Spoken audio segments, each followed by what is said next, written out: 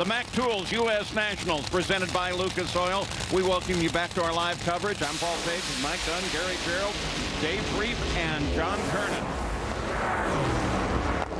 That was Pat Dakin. I was going to say, you just saw Pat Dakin get into the field.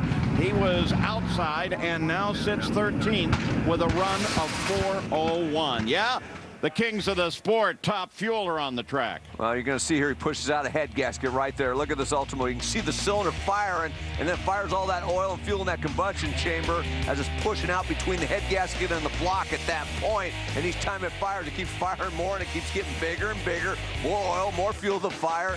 And boy, it just doesn't look pretty. Actually, it does look kind of pretty, but not when you get back to pits and take it apart, though. Not pretty then. It's hot, greasy, and broken. Look at the tire. Look at it flat off there. Squares off of the back because of the speed as it goes and hits the bottom of the racetrack, and then slows it up and then squares it up when it comes off the back. Top Fuel qualifying, fourth of the 5 sessions. We'll be on the air with that final session at 5 o'clock today. See if Antron Brown can continue to hang on to #1. We'll see if Don Schumacher Racing can continue to hold on to the top 3 positions. Now you see TJ Zissel there in that #9 spot, and Pat Dakin had just made that run. He's currently in the 13th spot with that 4:01. And then what about those who are not yet in? Are we going to see Doug Collette in there or Sean Langdon? Going to be quite a time coming up right here now. How about funny car #1? We are talking this lady, Melanie Troxel, Gary.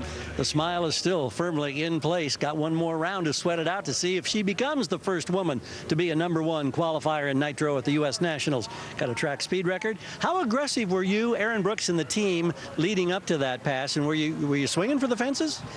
Well, you know, I honestly don't go and ask Aaron too much about what his plan is out there. You know, I figure it's not really going to change what I'm doing with my job.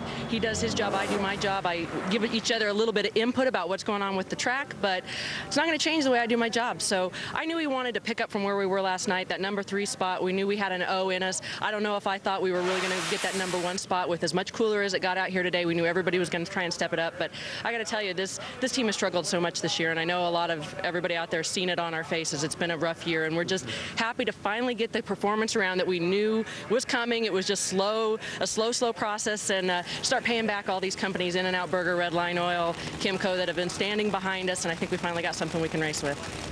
You're doing double duty this weekend, and that's not unusual, but Pro Mod, and I want you to look over here toward the monitor. Look at that In-N-Out Burger coming right at us here. You're doing a little dirt tracking there. Yeah, you know, that's the first time in this turbo car that it's really kind of gotten a little out of control, which is totally normal for the Pro Mods, but I haven't experienced that in the turbo car yet. So I'm still kind of getting my feet wet in this, getting used to what that car is going to do. It's normally so consistent going down the racetrack, but that one caught me off guard a little bit. But hey, we're #2 in the Pro Mod right now, so it's, you know, it's still a great car. It's still capable of trying to maybe get that #1 spot if we can get another pass in this afternoon. Well done. Thank you. And Melanie hang on to that #1 spot through the one session that is now left.